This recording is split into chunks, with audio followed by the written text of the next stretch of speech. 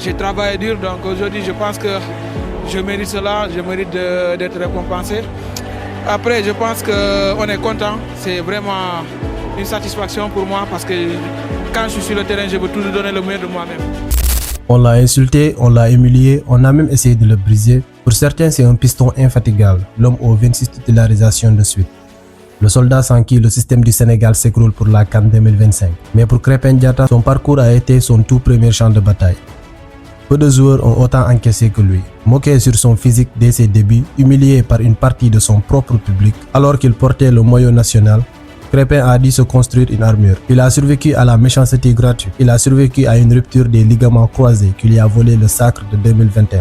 Et il a survécu aux suspensions de la CAF. Pourtant aujourd'hui, Krépin est devenu indispensable pour l'équipe nationale du Sénégal. Voici l'histoire de Krépin Diatta.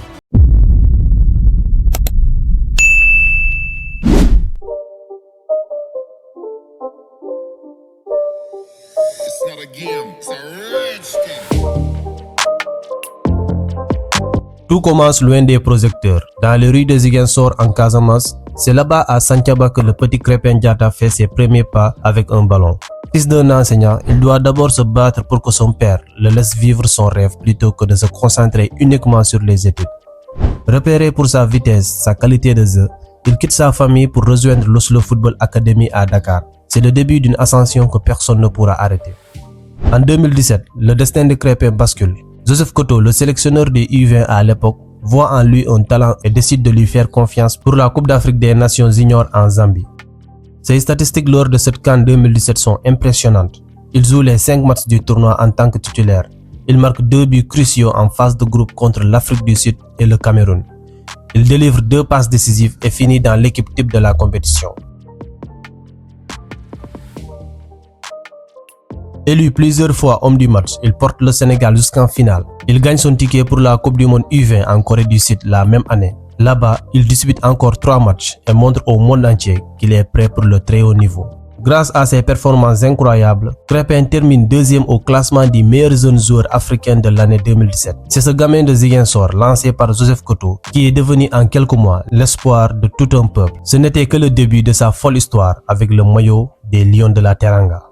Bon, je crois que Krépin Diatta aujourd'hui, tout le monde a voulu le voir. C'est important de le faire venir. Effectivement, il fait de très bonnes choses. Ballon finalement récupéré. L'éclair de génie pour son premier but de sélection de Krépin. Après avoir ébloui tout le monde avec les jeunes, Krépin Diatta entre dans la cour des grands en 2019. Pour son tout premier match en Coupe d'Afrique des Nations contre la Tanzanie, il se passe quelque chose de magique. On joue la 64e minute, le ballon revient à l'entrée de la surface. Krépin lâche une frappe de pur génie. Le ballon finit au fond des filets. Le stade explose et le gamin de 20 ans devient instantanément le nouveau héros du Sénégal. Ce ballon finalement récupéré. On se dit alors c'est le début d'une lune de miel éternelle entre lui et le public. Mais la réalité va être beaucoup plus sombre. Au lieu de célébrer son talent, une partie des réseaux sociaux va se transformer en tribunal. Dès le lendemain de son but, des milliers de commentaires moqueurs envahissent la toile. On ne parle plus de ses dribbles ou de sa frappe de balle, mais de son visage. La méchanceté est gratuite, brutale et vient de son propre peuple.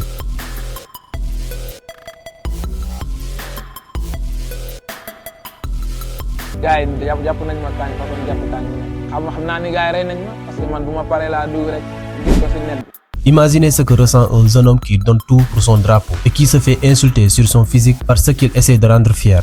C'est là que le caractère de Krépin se forge. Il ne répond pas par la colère, il répond par une dignité incroyable en disant simplement qu'il est fier de ce qu'il est. Mais dans le secret du vestiaire, cette blessure invisible ne va jamais vraiment cicatriser.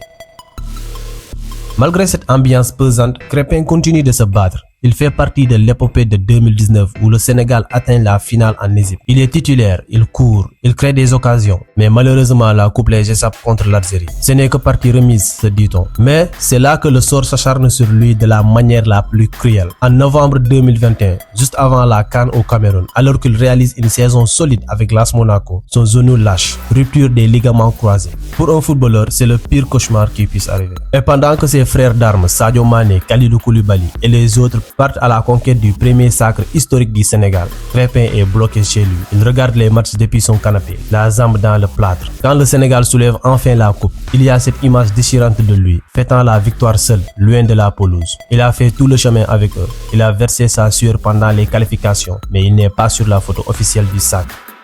Cette absence va lui laisser une transe immense dans le cœur. Quand il revient enfin de blessure, le monde du foot a changé. On le trouve moins tranchant, moins rapide. C'est là que les critiques sur ses performances commencent à remplacer celles sur son physique. Les supporters sont exigeants, ils veulent revoir le Crépin de 2019. Mais le sélectionneur Aliou Cissé, lui, comprend quelque chose que le public ne voit pas encore. Il voit en Crépin un soldat prêt à tout. Crépin, c'est un très bon joueur, mais comme je vous l'ai dit, à ce poste-là aussi, il y a de la... Pour l'équilibre de l'équipe, il demande à Crépin de changer de poste. Lui, l'attaquant de formation, le dribbleur fou, accepte de devenir piston droit. C'est un sacrifice énorme. Il doit désormais défendre, boucher les trous et finir les rencontres épuisées. Ce nouveau rôle le rend indispensable aux yeux du staff, mais le rend moins spectaculaire pour les fans. Pourtant, il ne bronche pas. Il enchaîne 26 titularisations consécutives, un record qui montre sa solidité. Mais la frustration accumulée finit par exploser en 2024. Après l'élimination injuste contre la Côte d'Ivoire, Crépin ne peut plus se retenir. Face aux caméras, il crie son dégoût contre l'arbitrage. Il parle de corruption. Il défend son équipe avec une rage qu'on ne lui connaissait pas. Cette sortie lui vaudra une lourde suspension, mais elle a aussi montré qu'il était prêt à aller au feu pour le Sénégal, quitte à sacrifier sa propre image. Tout le monde a vu. Tu ne peux pas décider du sort de tout un pays comme ça. Ça, c'est incompréhensible.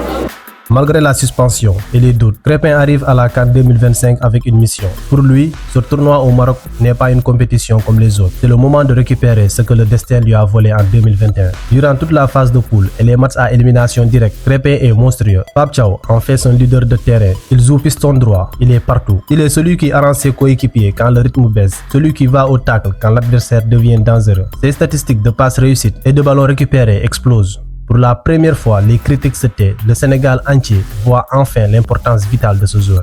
Le Sénégal avance, solide, porté par une défense de fer et un Crépin au sommet de son art. On arrive en demi-finale, puis c'est la consécration. Les Lions décrochent leur place en finale contre le pays hôte. Pour Crépin, c'est l'heure de vérité. Il a enfin l'occasion de fouler la pelouse d'une finale, de CAN en tant que titulaire indiscutable, de venger l'absence de 2021 et la douleur de 2019. Pendant toute la semaine précédant le match, il est l'image même de la concentration. Mais l'histoire de Crépin avec le Sénégal ne serait pas ce qu'elle est sans un nouveau tournant dramatique. Le jour de la finale, alors que le stade de Rabat est en feu et que le monde entier regarde, le choc survient là où personne ne l'attendait. Durant l'échauffement, à seulement quelques minutes du coup d'envoi, Crépin s'écroule. Ce n'est pas son genou cette fois-ci, c'est son corps qui dit stop. Il doit être évacué en urgence par le staff médical sous les yeux de ses coéquipiers choqués. Imaginez la scène, le joueur qui a le plus donné, celui qui a enchaîné les matchs sans jamais se plaindre, est privé du match de sa vie au dernier instant. C'était un séisme émotionnel pour le groupe. Encore une fois, le destin lui ferme la porte de la gloire au moment où il allait la franchir. Pourtant, cette épreuve va confirmer une chose, son statut de légende de l'ombre. Même absent sur le terrain pour cette finale, Crépin Diatta a marqué cette CAN 2025 de son empreinte. Il a montré que sa valeur ne se résume pas à un but ou à une passe, mais à une abnégation totale.